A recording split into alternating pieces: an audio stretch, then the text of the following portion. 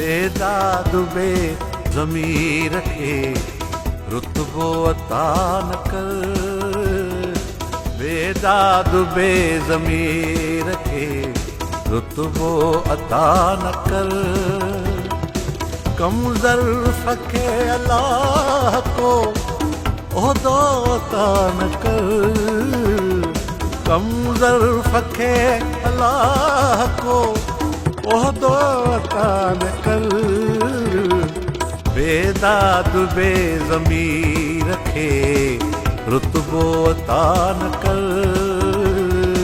बेदाद बे ज़मीर खे रुतबो अता न करे। अगवान को मखे ओहड़ो अता न कर। अगवान को मखे ओहड़ो अता न कर। कंहिं क़ौम खे लीडर बि को अंधो अता न कर। कंहिं क़ौम खे लीडर बि को अंधो अता न कर। कम ज़र्फ़ खे अल्लाह को ओहदो अता न कर। बेदाद बे ज़मीर खे रुतबो अता न कर। बेदाद बे ज़मीर खे रुतबो अता न कर।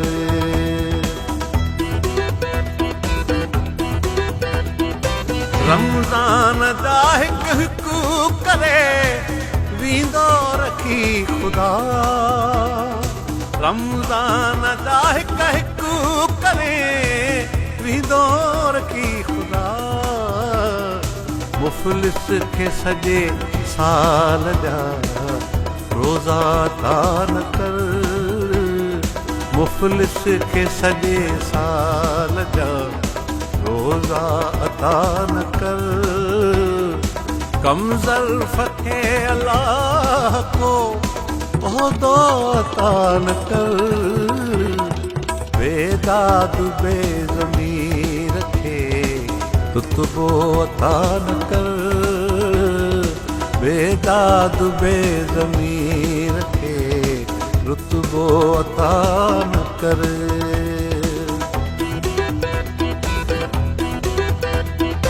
बदनाम खे तू नाम वर मुंहिंजा ख़ुदा न कर।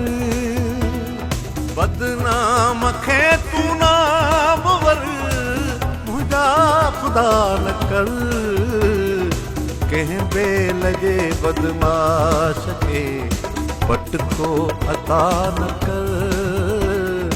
कंहिं बेल जे बदमाश खे पटको अता न कर।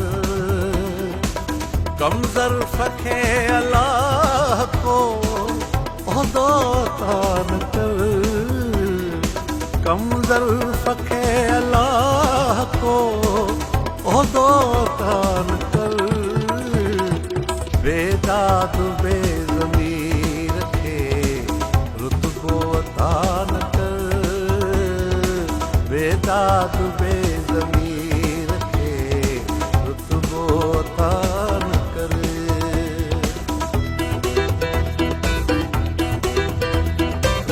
आदिल जो अर्ज़ आ ख़ुदा कंहिं क़ौम खे त छा। आदिल जो अर्ज़ आ ख़ुदा कंहिं क़ौम खे त छा। घर खे बि कोई नीयत जो खोटो अता न कर। घर खे बि कोई नीयत जो खोटो अता न कर। कम ज़र्फ़ खे अल्लाह को ओहदो अता न कर। कम ज़र्फ़ खे अल्लाह को ओहदो अता न कर। बेदाद बे ज़मीर खे रुतबो अता न कर। बेदाद बे ज़मीर खे रुतबो अता न करे, रुतबो अता न करे, रुतबो अता न करे।